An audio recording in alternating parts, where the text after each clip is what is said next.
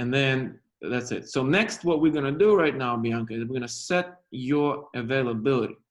Just in case, so nobody schedules something when you're not available. And by not available, I mean during the hours when you sleep, during the hours when, on the weekends when you don't wanna work, they don't know and they can't assume that you're not available. So what you need to do, you need to go into your Google Calendar. I'm gonna show it to you here. So please follow along. Then you're gonna go in, you're gonna create an event, okay? Anywhere, it doesn't matter, right? And then you're gonna click more options. And then you're gonna set up the times when you're sleeping or when you're not working. You can just call it not working, but it means don't book me at this time. So for example, you don't wanna work after 7 p.m. all the way to 9 a.m. That's fine. You will set it like this. You will say repeat, custom, okay? And then, then you select the days when you're not available.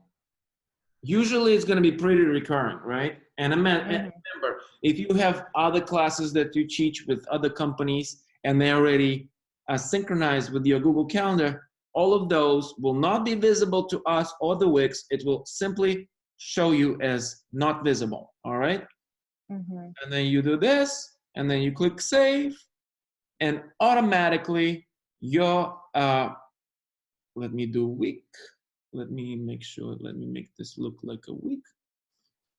And you can see that I am not available from 7 p.m. to 9 a.m. my time. And the thing is, when students all across the world, and mostly from Japan, are booking and looking at your availability, they will see it according to their time. So this way, once you complete this quick step, it will make sure, by the way, another important point is that nobody can book you 24 hours before the current time. So if they went online right now and I wanted to book Carl, I could not book him. See, it will change my time.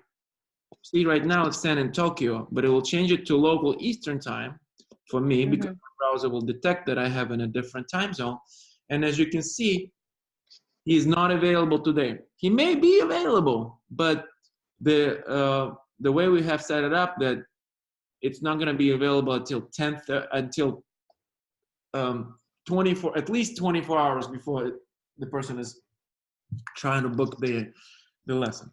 So after this, after you've done setting up your availability, your next step, by the way, we are also running some promotions from on the Russian website, and the email comes in Russian. So it may look like this.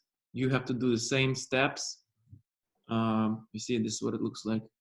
But it's going to be from a different website. It's going to be ocdb.ru.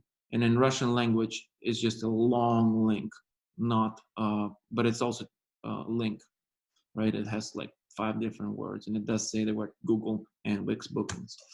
So this is it.